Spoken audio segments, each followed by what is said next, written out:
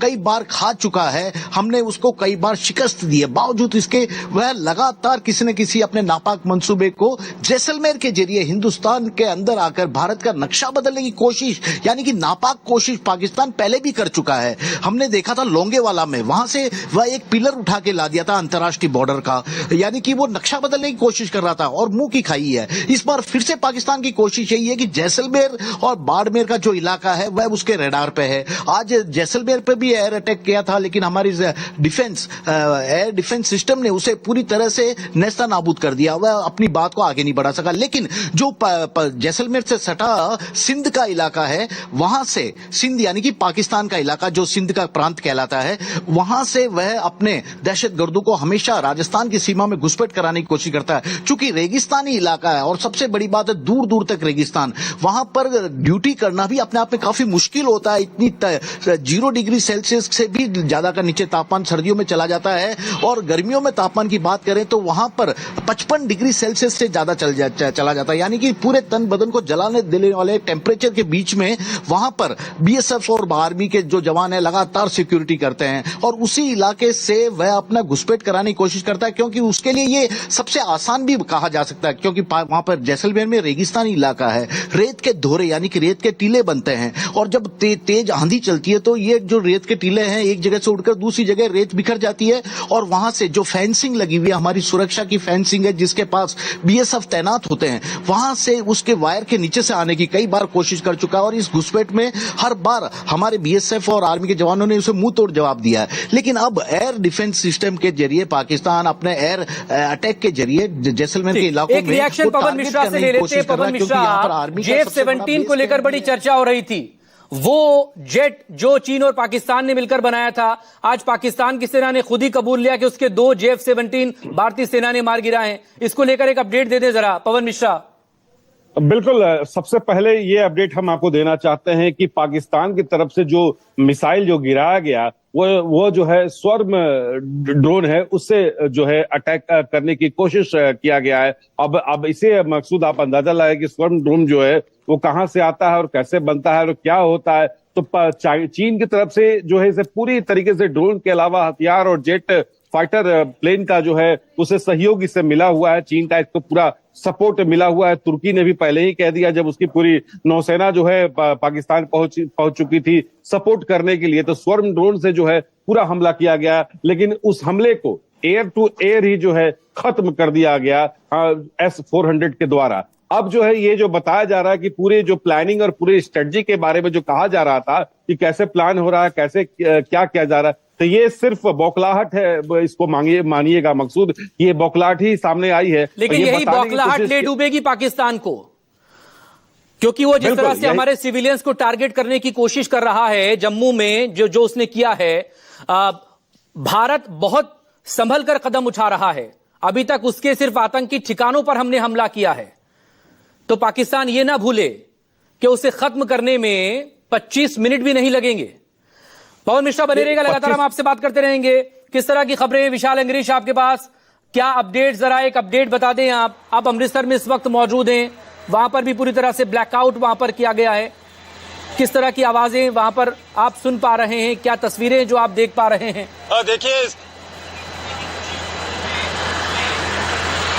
देखिए इस समय जो अमृतसर है वो पूरी तरह से ब्लैकआउट कर दिया गया है और पंजाब के कई शहरों में इस समय ब्लैकआउट की स्थिति चल रही है। और इस समय मैं जलंधर अमृतसर दिखा रहा हूं कि अमृतसर का ये वही जो रास्ता है जो बाघा बॉर्डर की ओर जाता है और बाघा बॉर्डर जहां से कुछ किलोमीटर की दूरी के ऊपर ही है। बेशक कल भी पाकिस्तान द्वारा स्ट्राइक की गई थी, लेकिन उसके साथ ही जो हमारा डिफेंस सिस्टम है एक्टिवेट होता है तो जो पाकिस्तान की मिसाइलें हैं वो धड़ाधड़ गिरती चली जाती हैं।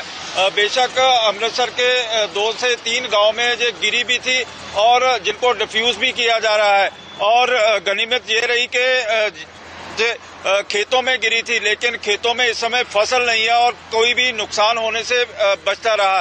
लेकिन वहीं पर इस समय जो लोग हैं अमृतसर के काफी ताकतवर कहे जा सकते हैं कि इस समय उनमें एक मंशा है, एक जज्बा है कि हम फौज की हर मदद करेंगे।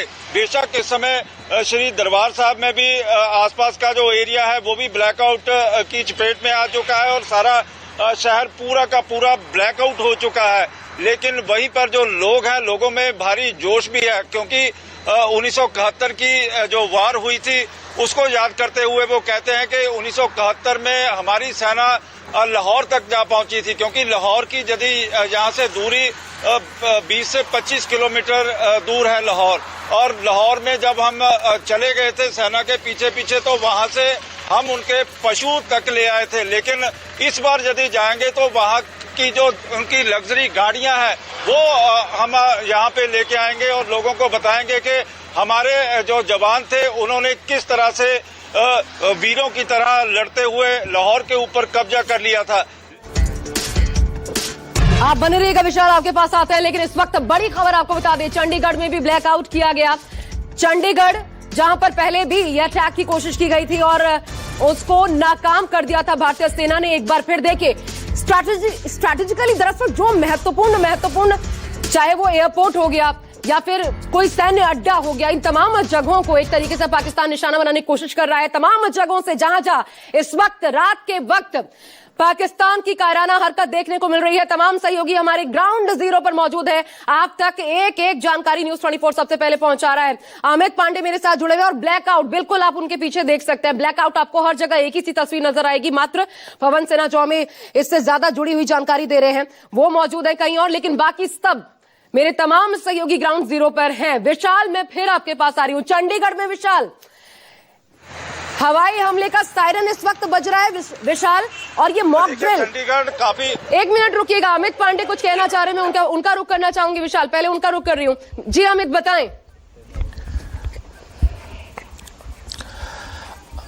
आशा, इस वक्त की बड़ी खबर आपको बता दूं कि एसएस नगर जो कि मोहाली के नाम से फेमस है, वहां पे नो फ्लाइंग जोन जो है वो डिस्ट्रिक्ट कलेक्टर की तरफ से घोषित कर दिया गया है, जिसमें कहा गया है कि किसी भी तरीके से कोई भी ड्रोन या यूएवीएस जो है उसको नहीं उड़ाया जा सकता। तो सीधे तौर पर एक बड़ी एडवाइजरी जो है वो डीसी दफ्तर की तरफ से जारी की गई है। उसके अलावा जो भी चंडीगढ़ के आसपास के डिस्ट्रिक्ट हैं उन सभी डिस्ट्रिक्ट में ब्लैकआउट कर दिया गया है, चाहे वो जालंधर हो, लुधियाना हो या फिर दूसरे जो डिस्ट्रिक्ट है उसमें भी हो। चंडीगढ़ की बात करें तो पिछले 10 मिनट से लगातार सायरन जो है वो चंडीगढ़ में बज रहा है और पूरी तरीके से चंडीगढ़ को ब्लैकआउट कर दिया गया है। और लगातार सरकार की तरफ से और जितने भी एडमिनिस्ट्रेटिव जो एजेंसीज हैं वो इस वक्त काम कर रही हैं। आपको बता दें कि पंजाब सरकार की तरफ से एक इमरजेंसी लाइन जो है वो भी ओपन कर दी गई है। इसके अलावा डिजास्टर मैनेजमेंट की जो टीमें हैं उनको भी पूरी तरीके से एक्टिव कर दिया गया है। तो हर तरीके की इमरजेंसी सिचुएशन से निपटने के लिए पंजाब सरकार जो है वो तैयार है और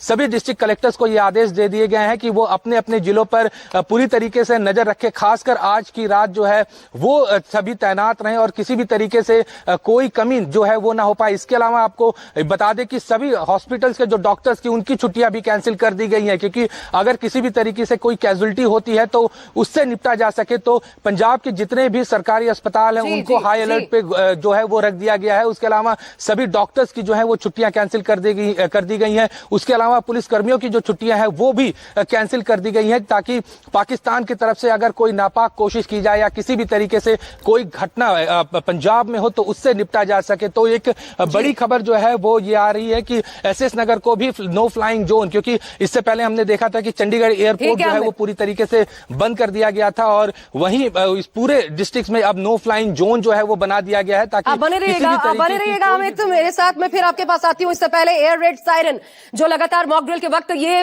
शब्द का इस्तेमाल आप सुन रहे थे, एयर रेड सायरन, यानी कि जो सायरन बजते हैं ऐसे किसी भी आपात स्थिति में, वो चंडीगढ़ में बजना शुरू हो गए हैं। लेकिन विशाल के पास जाने से पहले पवन, आप कुछ कहना चाह रहे थे। बिल्कुल आशा, आपको बता दें कि दिल्ली के लाल किला की सुरक्षा बढ़ा दी गई है। साथ ही साथ हम आपको बता रहे हैं कि आगरा के ताजमहल की भी सुरक्षा बढ़ा दी गई है। पहले सीआईएसएफ इसकी सिक्योरिटी करती थी, अब भारतीय सेना भी वहां पर पहुंच रही है। इसके अलावा आपको बता दें कि तमाम देश के अलग अलग जो कैंटोनमेंट इलाके हैं, एरिया हैं, उस कैंटोनमेंट इलाके